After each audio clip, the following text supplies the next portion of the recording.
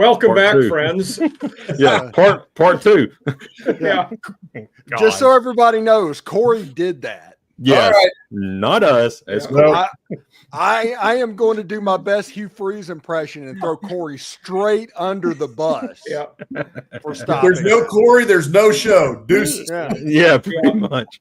He said, "See y'all later." Talk- Just ended it. Talking about Corey's execution there, I'm in favor of it right now. Yeah.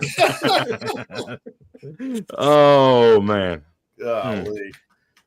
Well, Thanks, Bulls and Adidas, I guess. Yeah. Yeah. Golly.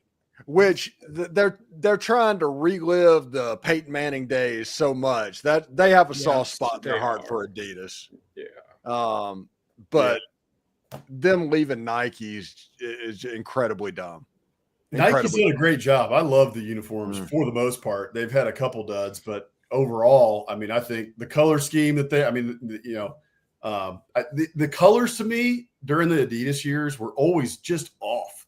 Yeah. Like the Vol orange was not right. It was, but the Nike ones have been spot on. They've been solid for many years now. So I'm frustrated to see him go back to Adidas. As an Aggie fan, I feel like I'm like Walter White. You know that meme of him in the car yelling, "No, like don't do it, no." Yeah. Yeah. Oh, Well, I we was can't- talking. I Okay, saw go ahead. one other random factoid that I saw college football wise that Bill Belichick, they say not going to do a weekly radio show like all the college coaches do. I just found that one kind of surprising. Did Well, his that's girlfriend only- make that decision for him? Hey, maybe. You know, Yeah. yeah. no, I think his personality made that decision. Well, that's a good point too. Yeah. Did I y'all mean, see that thing I shared in the chat of they have him as like the most recognizable like coach ever. You know, Oh yeah, the I did best see coach that. ever. Yeah. Yeah. I mean, if he turns around North Carolina football, I mean, who knows? But that's a tall ask. Bill Belichick. They makes weren't hey bad coach under Mac though Nick- either. Yeah. Right. Yeah. Bill Belichick makes hey coach at Alabama under Nick Saban look like the Howard Stern show. Oh man. Oh. Oh my gosh. Diabetes. You got diabetes. Diabetes. Yeah. Oh my gosh. Basically, have y'all seen the Wilford Brimley line? It's like the age he was when he was in Cocoon because he was like only 50 years old. I've seen it next to like the Paul Rudd one. Yeah. Yeah. It was at the same age, and he looked like he was 85 years old, and Paul Rudd Yeah. looks like he's 35. It's like they're the same age. You're right. Oh man.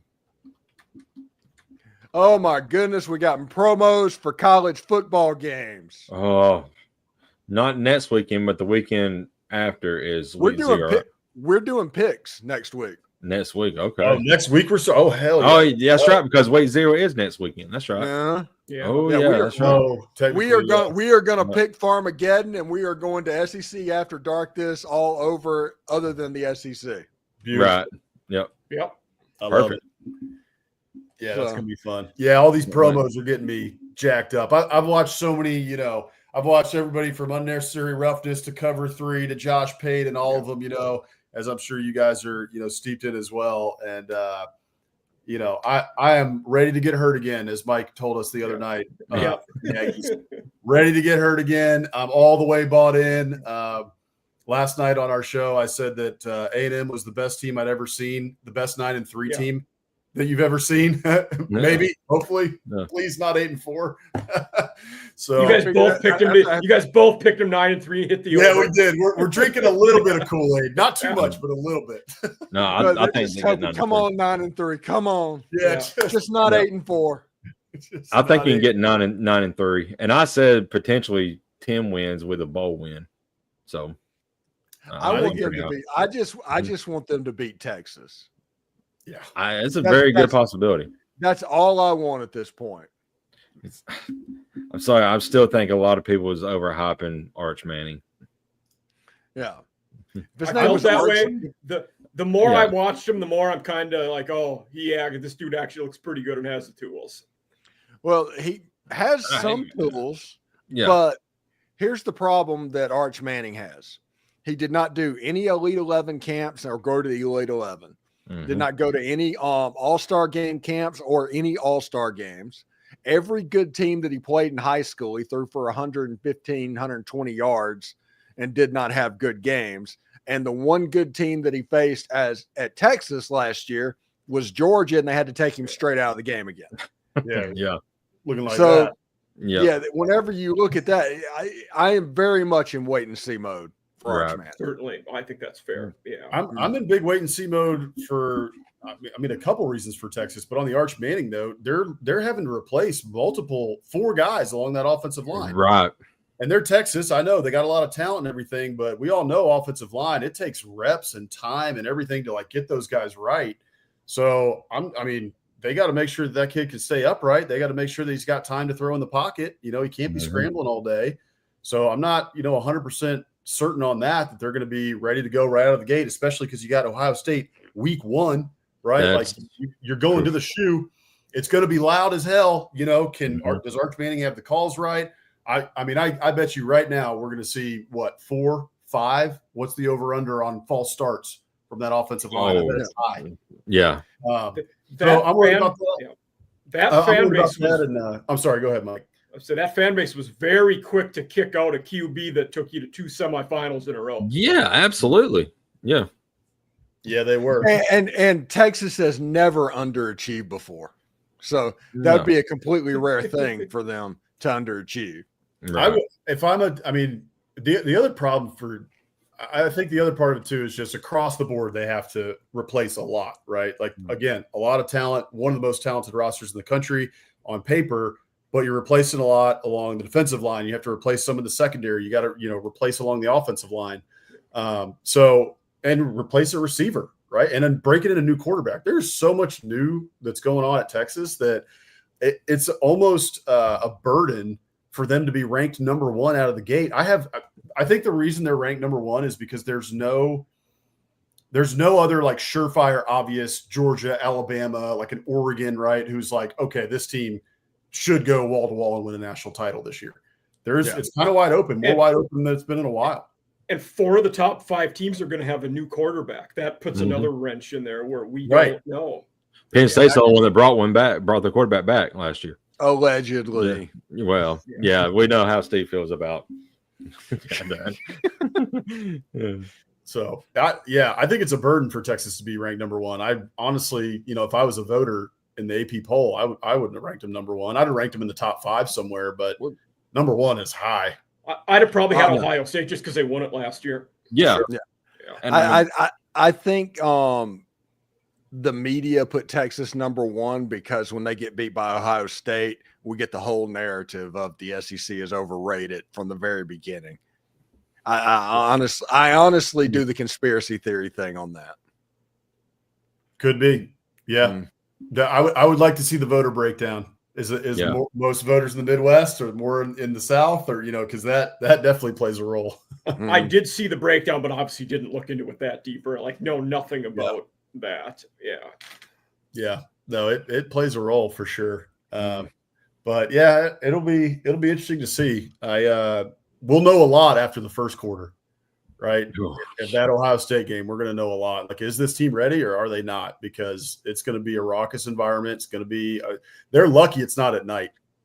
They're lucky it's the big noon kickoff on Fox. Yeah, that's true. Because if it was at night, we all know night games are just different. Doesn't matter what environment you're in, but especially if you're in one of those bigger environments like an Ohio State, a Michigan, a Notre Dame, A&M, Alabama, LSU, you name it.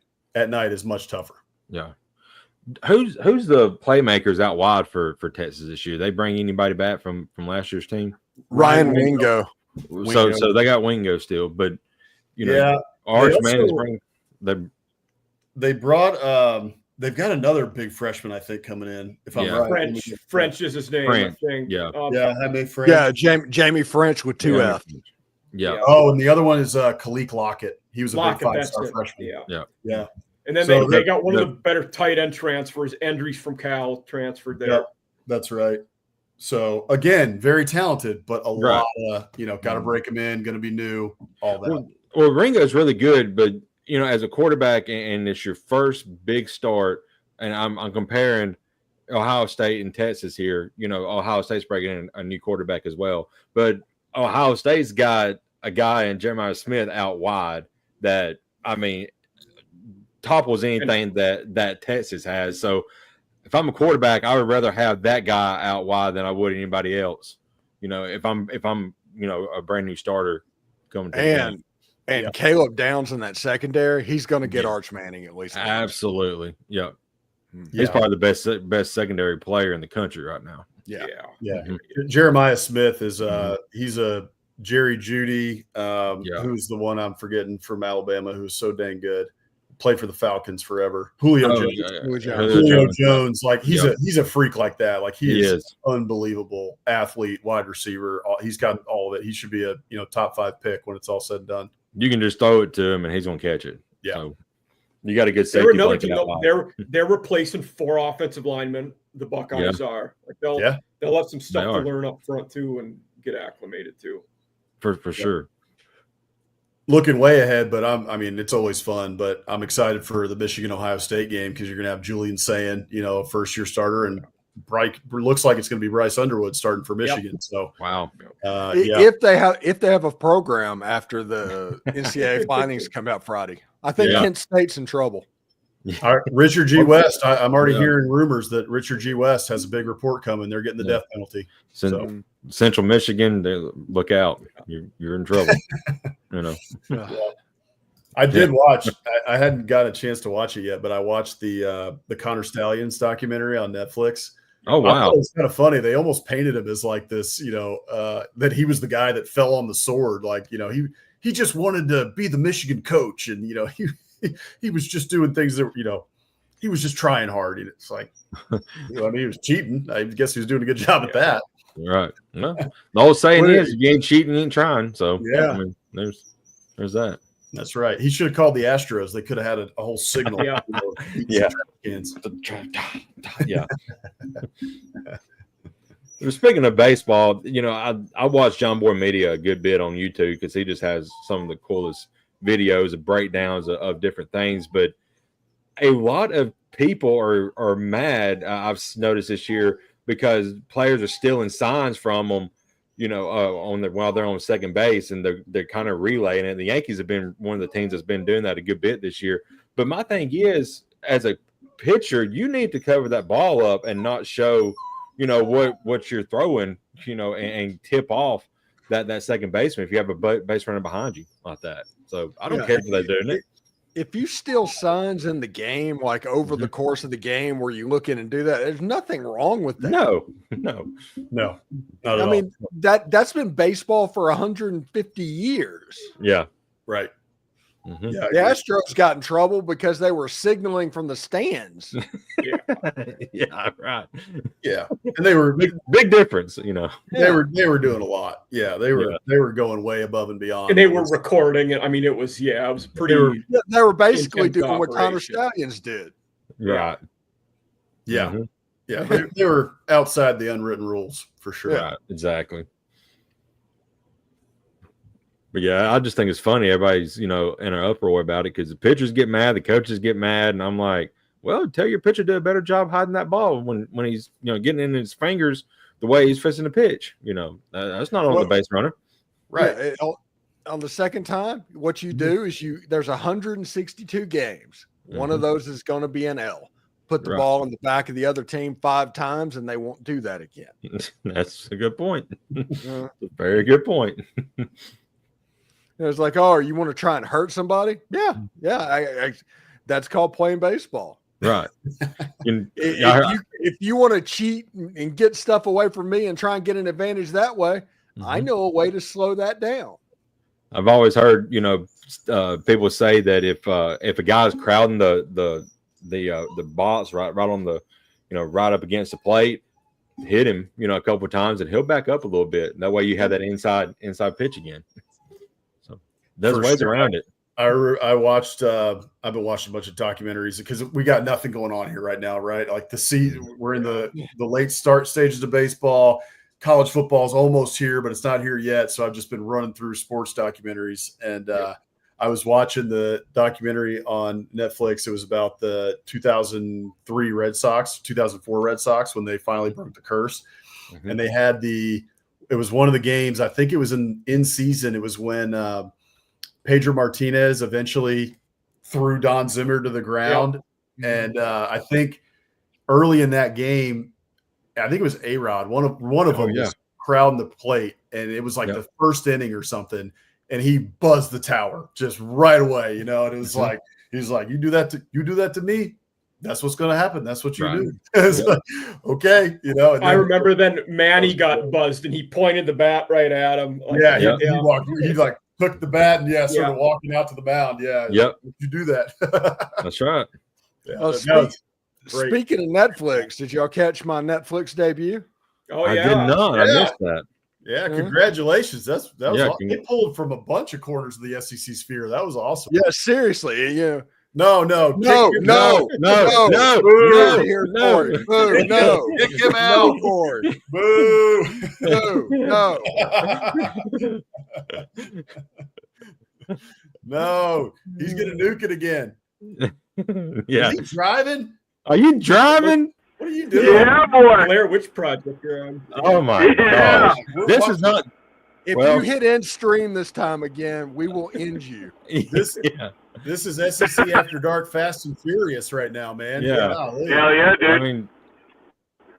I mean, you. Which I need to come back and tell you guys a story. Oh, and his boot went out. Boot him. We can't hear you. Did I lose you again? Okay, you're back. Boot me. What's your story? Sounds like the guys that call into Paul Feinbaum. I'm back. You're back. We can hear you. What's up? Hell yeah. It got interesting. When I was there, somebody was tapping on the glass like, "Hey, you gotta we gotta go, dude. Like, there's some stuff happening at the top of the hill now. Like, it's spilled over. This fight at our jamboree. Yeah, it got rough. You didn't go over there with your camera phone and start recording? Yeah. We could have used some footage. It'll be on Instagram for sure. All you gotta do is look. Somebody has live it right now. Mm-hmm. Yeah, dude, it's like bum fight. Yeah, hell yeah. That's pretty much what it was.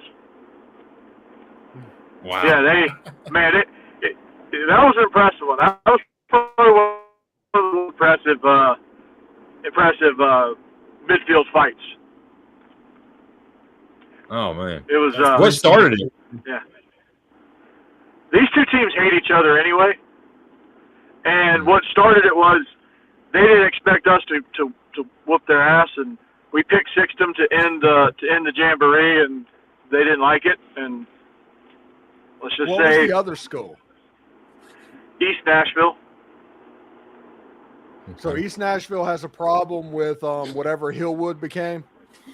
Yeah. Okay. They don't like each other.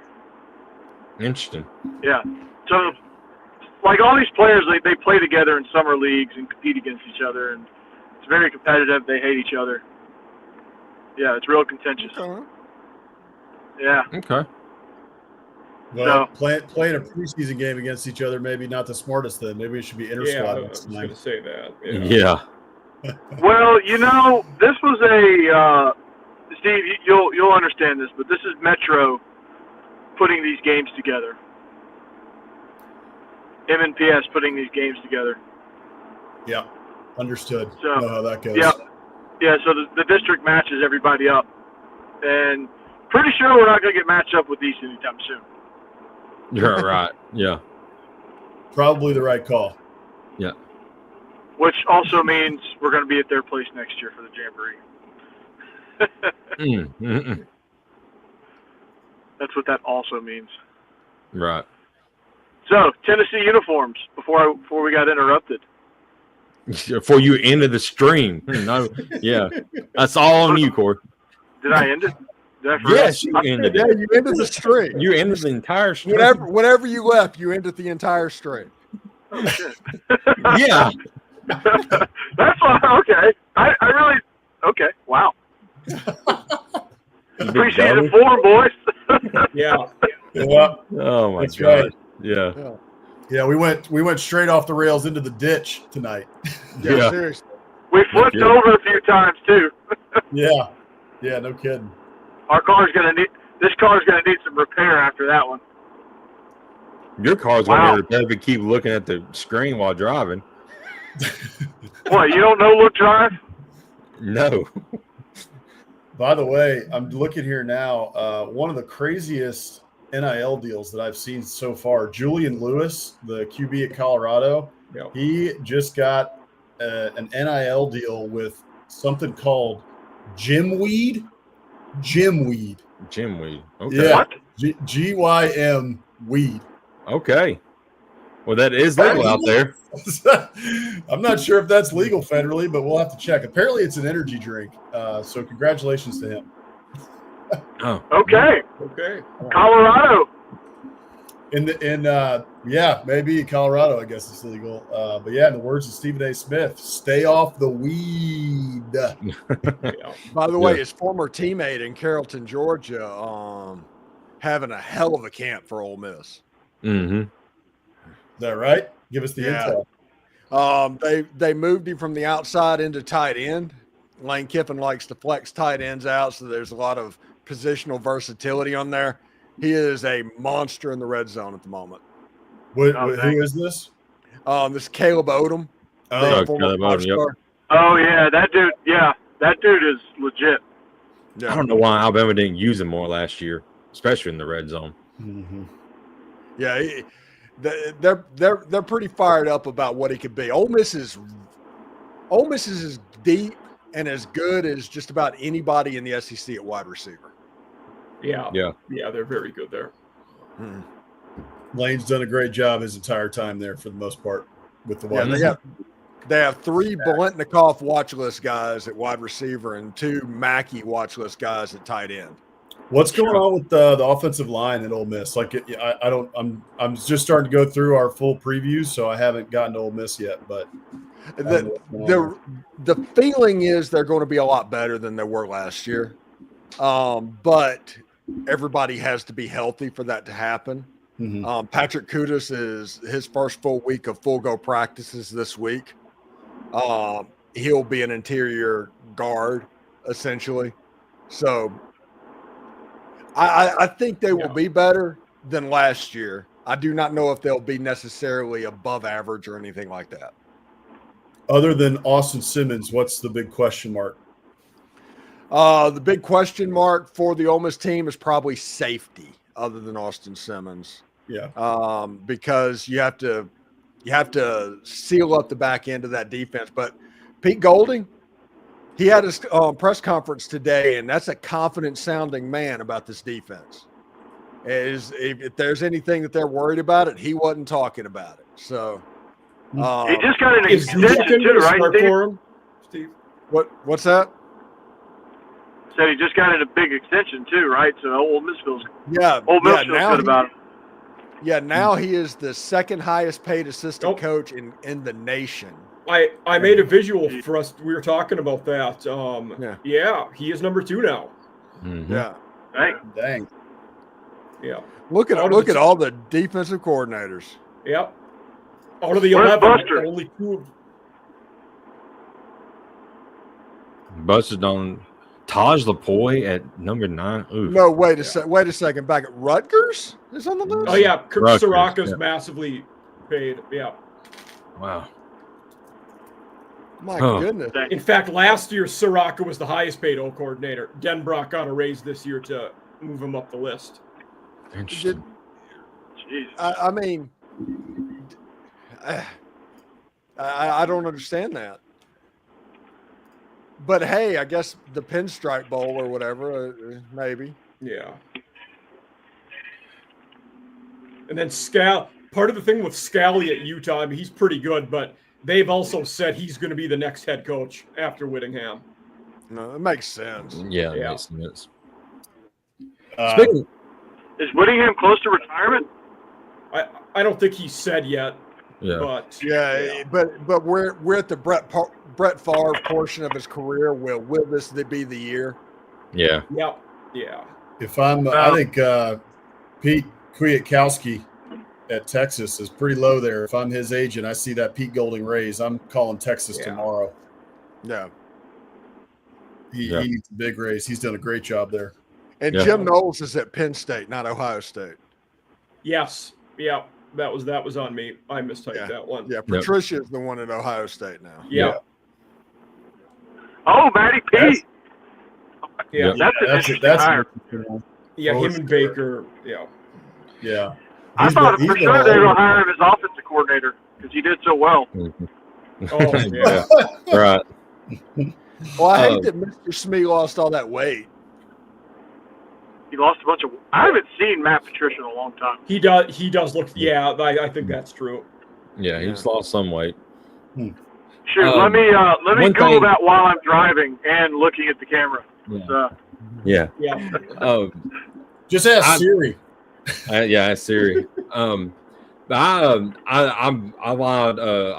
made me a bracket on the ESPN game day pick'em thing, and one of the games that's on there is a Utah UCLA game. And what's weird, I thought, was right now ESPN has UCLA like at 68% chance of winning that game, and I don't think UCLA is that good. So it is being played at UCLA, but I really think Utah is going to actually win that game. So I actually put Utah in it.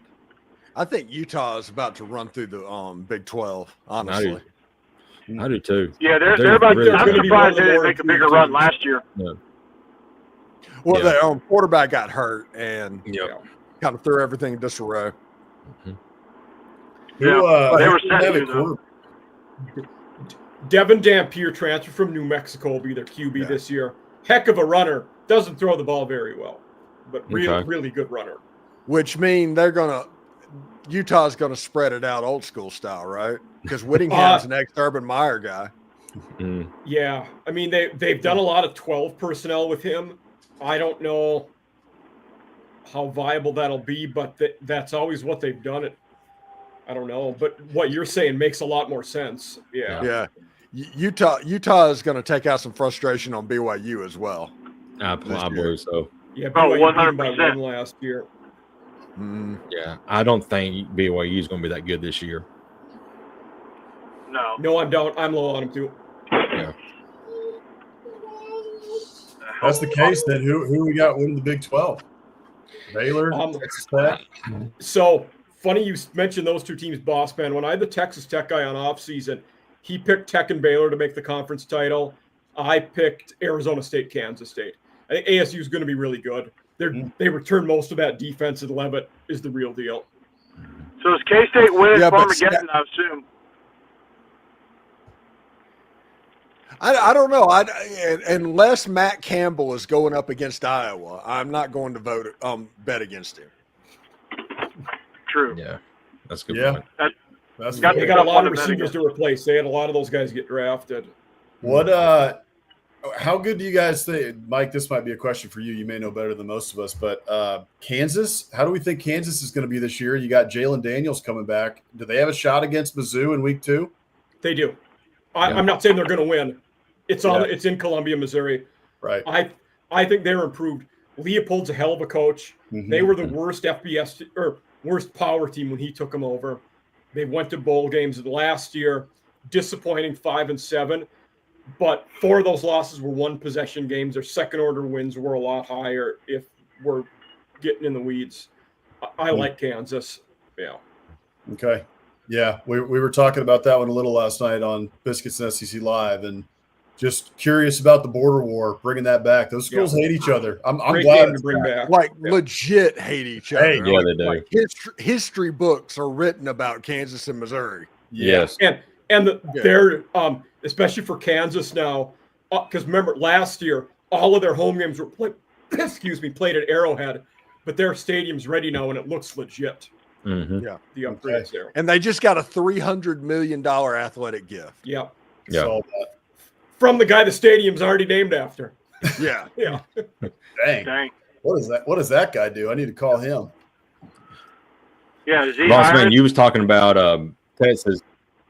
You was talking about Texas Tech earlier, and you were talking about the oil money. And it seems that the last couple of weeks, every 5-star that has come out with a list has had Texas Tech on. I'm like, man, you can't hide money. You cannot hide the money. Yeah, because it's known, and Texas Tech knows it. To get those prospects, they have to overpay by 20 to 30%. So the Right. best number offer is going to be Texas Tech. Mm-hmm. The problem with that is you have all that money going out to West Texas. If for some reason they lose, let's say they go 7-5 this year, Yeah. those commitments are going to flip really quick. Yeah, that's a good point. It's a good point. That, or they're going to have Yeah, to. I wonder how 20% sustainable more it's going to on be. They got to win the conference. They've got to win the conference, which they have a chance to do so. I think They gotta there's some buzz around the program too, just with Joey McGuire. I think people think he's a good coach, that they like playing for him. He's got positive energy. I was actually thinking about this today, and one of an interesting what if question is if Cliff Kingsbury had been at the job right now at Texas Tech, would he have succeeded?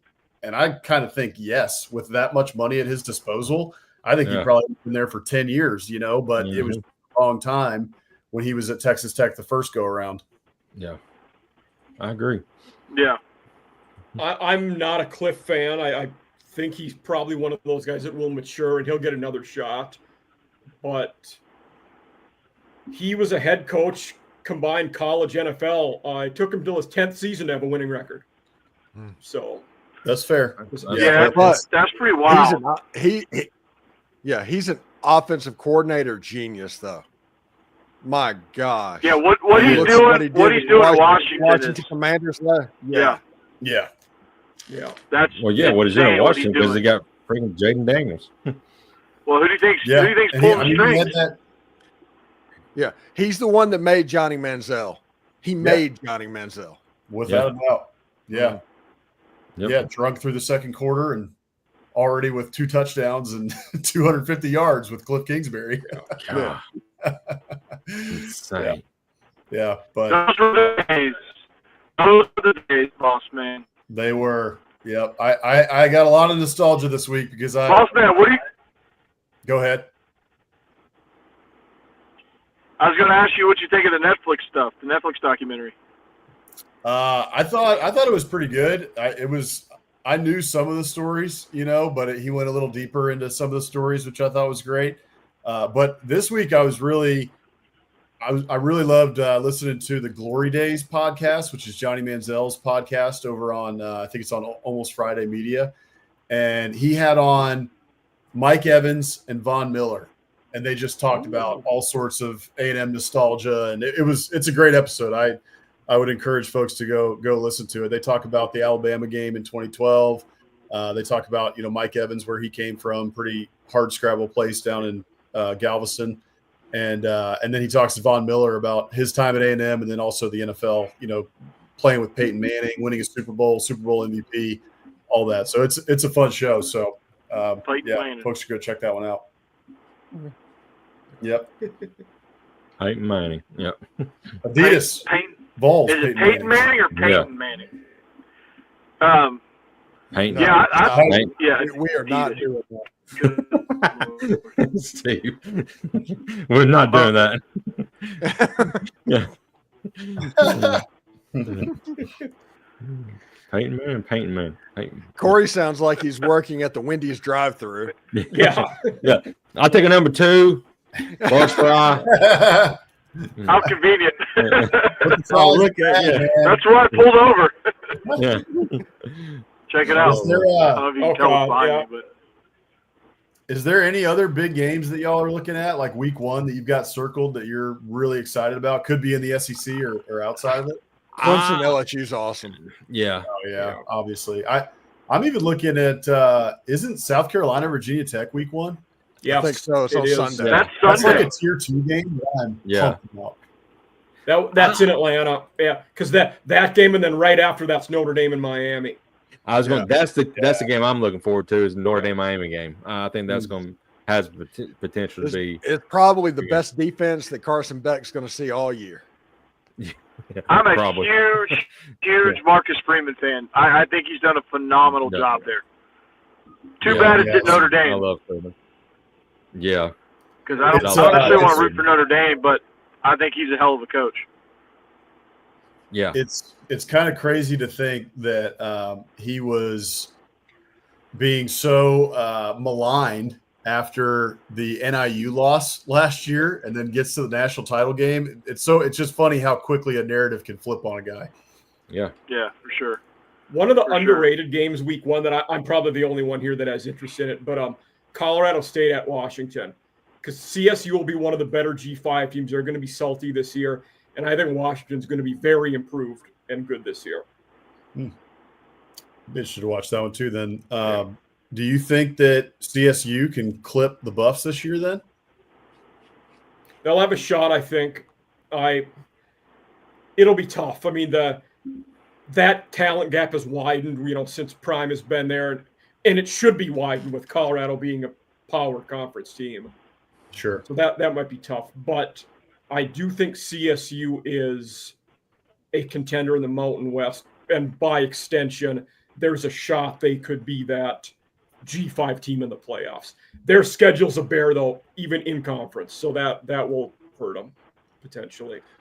Yeah, I know football season is getting ready to start, but news going around the Ole Miss fan base is apparently Elias Camerdine's visa process has been completed, so he is going to be the best player on the team for Ole Miss the moment he steps on campus. He's somebody that was an MVP of Eurobasket over there, youth basketball from France. Nice, cool.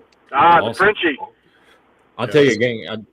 I'll tell you another game I got my eyes on, and the reason I got my eyes on is because I feel like I'm going to be able to get a nap in this game, even though it's 11 a.m. kickoff. But Mississippi State at Southern Miss, that is going to be, I feel like, a fest. The mustard buzzer. No, that is not going to be a snooze fest. Is it not? Okay, tell me about it, Steve. No, Southern Miss they stole half of our conference title. Yeah, they got all of the conference title Marshall team down there, including the quarterback, preseason Sun Belt Player of the Year. Yeah. So Mississippi State's in trouble.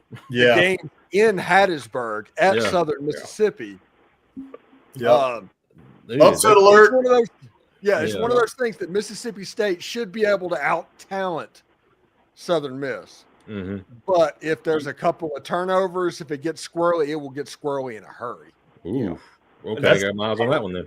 Hey, another one where we got a potential for a G5 team to beat a P4 team. Northwestern goes to Tulane in week one. Yeah. Tulane could get them in that game. Tulane. Neighbor. Toledo plays Kentucky in week one too. Oh, there's another one. There's another potential. And they got the Chip Trainum at Toledo now. Was it Kentucky? Yeah. They got nothing to worry about. They got Giant Slayer, Dragon Slayer, Zach Calzada at quarterback. No problem. Don't worry about it. Are we thinking national title run for Kentucky then? No, that's what I've been thinking. Yeah, I think they're Zach back. Calzada, baby. Zach Calzada. Yep. $9.99 for a calzone. Zach Calzada's serving them up hot. Calzone sounds good right now, honestly. All calzone is a pizza, but harder to eat. That's still good. It's like a mix between Italian. It's a folded over pizza. It's a rolled up pizza. Yeah, that was an Office joke for those that didn't know. Yeah, not The Office. Park and Rec. Yeah. You look at me. You look at me and Corey. We've eaten probably several calzones in our life. Yeah, I haven't met a calzone I didn't like, guys. In case you're wondering. Right, I know. Yeah. I know that was on the. I know that was on the forefront of everyone's mind. That was the leading question. Is Kentucky going to be the worst team in the SEC this year, or is it going to be Mississippi State again? They don't play each other this year. No. Yeah. It's nuts. The main thing is these are the first 2 years that Ole Miss doesn't play Vanderbilt. Vandy's actually good. I mean, just saying. That's a good point. Yeah. Yep. We just had to get the riffraff off the schedule for Vandy to be good. All right, so You know. let's go into 2 minutes, everybody. Thank you very much for checking out the SEC After Dark program. Corey Burton from Locked On Vandy joined One us and two. from an Arby's parking lot. Came in here after he kicked us off McDonald's, the boys, field McDonald's. earlier. Yeah. Should be pretty fun. Check out his stuff at Locked On Vandy. Check out his stuff as the Regular Guys podcast as well. Boss man Alex joins us. He's from Biscuits and SEC. He joins Hammer for talking all about the SEC. Next week we're going to have picks. Nothing about the SEC, but we will bring out picks next week. Got Jake Thomas at Bama After Dark. You can check him out there. He does double duty with Tide Talk Live, so he does fantastic. Mike Huseman does the off-season After Dark program. Fast rising program. Everybody check that out, and you can catch me at Locked On Ole Miss and on Netflix. So I'm just saying. We got Maction next week on Off Season After Dark. Guys, from Maction. South Carolina are coming over. Maction. Yeah. Let's go. Oh, Nice. action!